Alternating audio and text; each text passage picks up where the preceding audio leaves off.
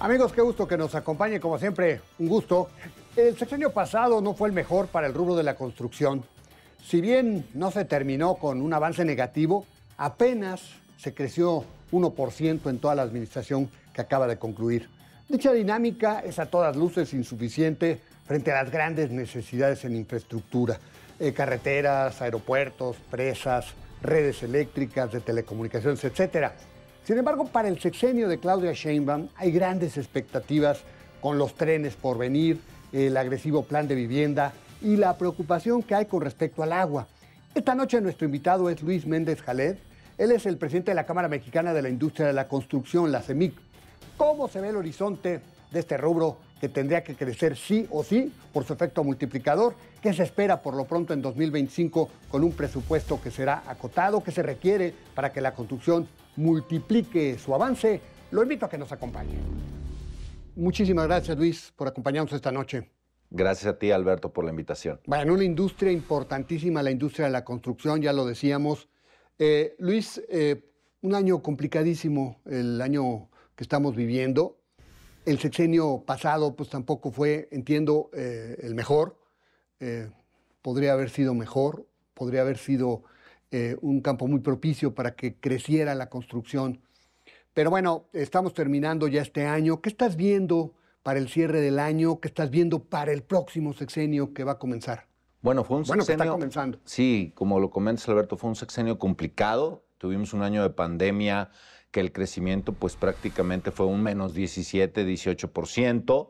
El año pasado, 2023, fue buen año, más sin embargo este año está cerrando con números negativos y creemos que al final del día el sexenio tal vez tenga un crecimiento tal vez de 1% o un poco menos. En otros sexenios habíamos crecido hasta un 1.5, 1.6, entonces estamos teniendo esta expectativa, ¿no?, del cierre del sexenio. Y digamos, ¿qué se requiere para que la industria de la construcción crezca más a prisa? Bueno, muchas cosas. Fíjate que, bueno, principalmente inversión.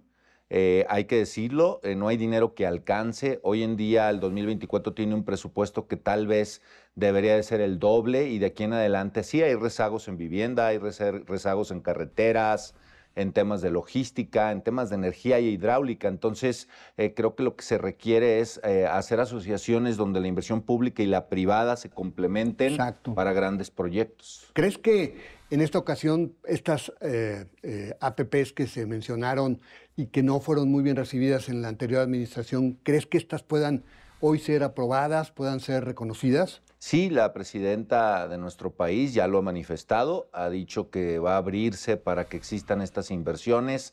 Creo que hay que trabajar un poco más en el tema de la transparencia en las reglas, ajustes a las mismas, que haya equidad para que todos puedan competir y que principalmente no exista la opacidad y que los proyectos se den en tiempo y forma, ¿no?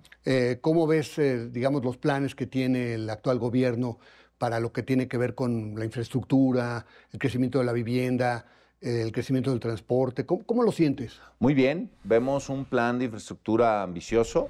Vemos grandes retos, hay crisis hídrica en la mayoría de nuestro país. Exacto. Hay una fuerte crisis de logística respecto al transporte, se pierden más de 160,000 millones de pesos en las carreteras, ya que 2 de cada 3 kilómetros se encuentran de alguna manera en muy mal estado, sí. Junto con el tema de energía, lo que viene con el nearshoring. Entonces hay grandes cosas en el plan de trabajo y esperemos que sí se cumplen y estamos para colaborar siempre, ¿no? Ahora, viene un 2025 complicado para empezar, ¿no? O sea, cerramos 2024, viene un 2025 complicado. ¿Qué estás viendo para el 2025 considerando que no va a haber mucho dinero en el presupuesto, dado que hay que corregir el déficit que se tiene en materia de finanzas públicas? ¿Cómo estás viendo el año? Sí, y agregando, además del déficit que bien comentas, hay gastos irreductibles, además de ese, los programas sociales. Entonces es un reto importante el presupuesto que se presenta en los próximos días, el 15 de noviembre. Exacto. Nosotros tenemos diagnósticos profundos de más de 600 necesidades de obra y estamos tratando de tipificarlos para conseguir inversión, para que se detone. Se debe de estar invirtiendo más del 4% del PIB en infraestructura. Los últimos años andábamos en el 2.8. Hay grandes retos junto con lo que tiene que ver con la relocalización, pues nos da este nuevo esquema de que arrancaremos un año complicado, pero creemos que con esas estrategias podemos salir adelante. Ahora, Luis, hay algunos temas que pues entiendo no les gustan mucho a los constructores, que es el ámbito de la defensa, digamos, de los militares en lo que es la construcción.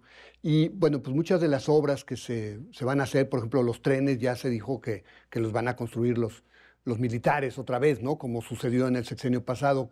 ¿Qué les motiva esta situación? Mira, nosotros siempre vamos a ver por la calidad de vida de los mexicanos, por la productividad y la competitividad. El proyecto por sí solo del Tren Maya tal vez costó más y que se aplaude lo que hay. Esperemos que se convierta en carga, que ya lo comentó la presidenta. Creo que hay que reestructurar este tipo de inversiones, y respecto a que el ejército esté construyendo, lo hemos dicho siempre con mucho respeto.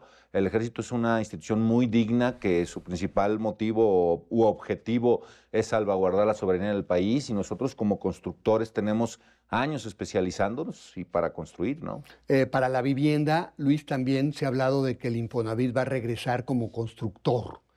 A mí me motiva muchas suspicacias este esquema, porque ya en el pasado lo tuvimos. Me tocó como periodista ir viendo cómo se desmantelaba ese esquema de un Infonavit constructor. ¿Por qué? Pues porque había corrupción, había mal trabajo de los constructores que se contrataban, vivienda muy mala, cara. ¿Cómo estás viendo eso? Es un tema interesante la vivienda, ¿eh? Hoy en día hay un rezago de más de 9 millones. Habría que entender lo que es rezago. Es decir, de estos 9 millones, 8 millones de viviendas están en mal estado y aproximadamente 1 millón no existen. Es decir, se necesitan nuevas viviendas. Y por nuestro bono demográfico se van a estar necesitando más de 200,000 viviendas. Hay que sumarle al año. Al año. Se habla de construir 1 millón. Yo creo que se necesitan 2 millones, 2 millones y medio al final del sexenio.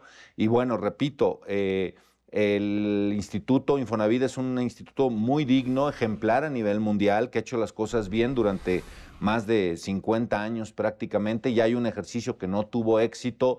Nosotros creemos que necesitaremos entrar en diálogo. Esperemos que nuestra presidenta nos escuche y que Infonavit se dedique a lo especializado, que es administrar los recursos de los trabajadores, ¿no? Pero en el esquema que se está concibiendo, Luis, ¿encajarían las constructoras, las especialistas en desarrollar vivienda, o no necesariamente? Si se le da un giro al tema de desarrollo, que de alguna manera administrar Infonavit, que tiene que cambiar algunas reglas en la Constitución, que ya va por ahí, podría darse el esquema donde las constructoras entren, que son más de 7,000 las que se dedican a hacer vivienda, ¿no? Ahora, 2025, pues me decías que va a ser un año complicado, pero ¿cómo estás viendo para la industria de la construcción? ¿Crees que seguiríamos en números negativos o crees que pueda crecerse un poquito? Esperemos que crezca, ya que hay una correlación muy directa entre calidad de inversión en infraestructura con competitividad y calidad de vida.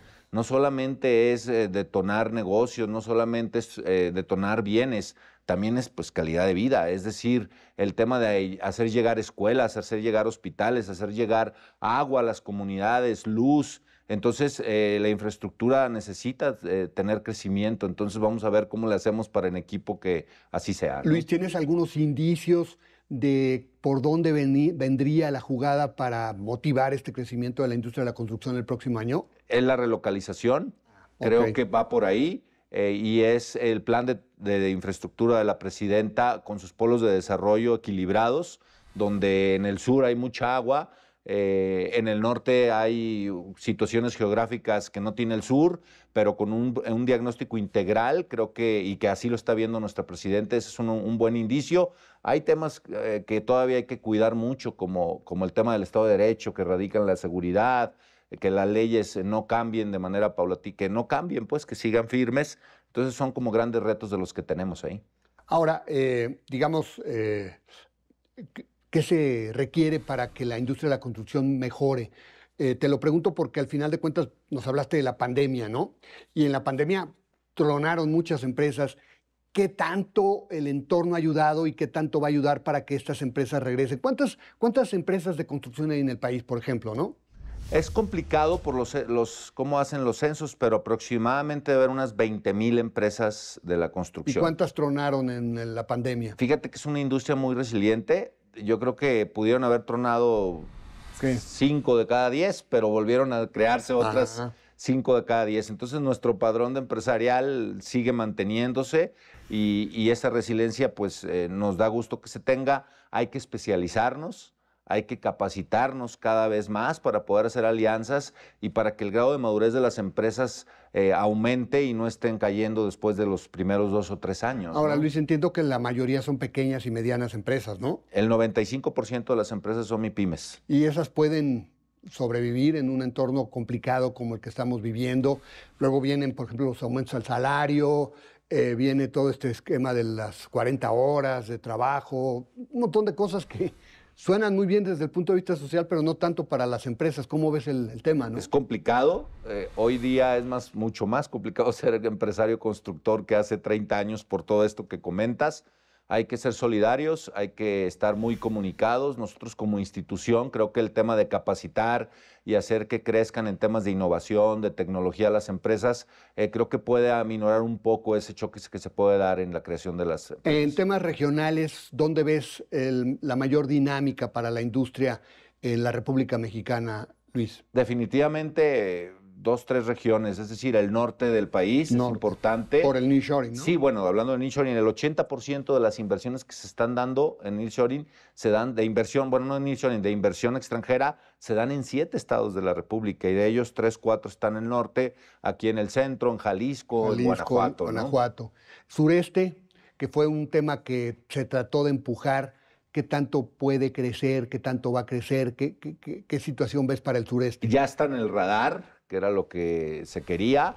Hay que convertir, creo yo, a 2 puntos muy importantes. Uno, el tren Maya en carga y otro, el istmo de Tehuantepec. Si se logran estos más de 10 polos de desarrollo caminar e impulsar, el sur va a tener otra imagen. Faltan ahí temas como el desarrollo de capital humano, algunos temas de seguridad, que hay que trabajar y que tienen la desventaja de que no están pues pegados a Estados Unidos, pero con este proyecto les pondré a dar otra cara y le veo un buen futuro al sur. La reforma de justicia les motiva, digamos, resquemores a ustedes para invertir o no necesariamente. Sí, inquieta lo hemos dicho. Nosotros estamos muy de acuerdo en que se haga una profunda cambio y reestructura del Poder Judicial, más sin embargo el que se privilegie el estado de la carrera judicial, la experiencia, eso va a ser muy, muy importante, que la gente que llegue sea muy competitiva y que no sea improvisada. Ese es el único punto que nos tiene inquietos. Pues muchas gracias, te agradezco mucho el que nos hayas permitido platicar unos minutitos acerca de esta industria tan importante. Muchas gracias, Luis. Gracias a ti, Alberto, y Gracias, a todas las Luis. personas que hoy nos miran. Buenas noches. Buenas noches. Si queremos realmente aprovechar el famoso nearshoring, no habrá otra que destrabar muchos cuellos de botella en la parte logística, en gas natural y, por supuesto, electricidad. Obligado a trabajar con mayor apoyo del sector privado porque el Estado no cuenta con los suficientes dineros para lo mucho que hay que hacer. En el sexenio pasado se despreciaron las asociaciones público-privadas, pero ahora esa fórmula puede ser la diferencia. Lo importante es que la industria de la construcción está más que puesta y solo falta que existan las condiciones. Lo invito a la próxima semana, aquí a la misma hora, con más nombres y nombres. Hasta la próxima.